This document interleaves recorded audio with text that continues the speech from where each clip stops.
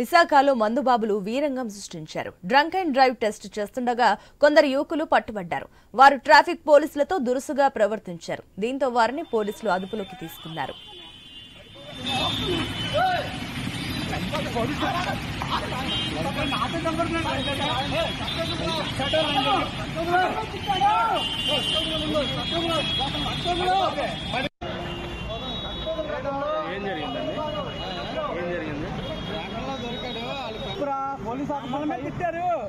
Police officer చట్ట పట్టుకోకూడదు, తెలీదు తిట్టారు.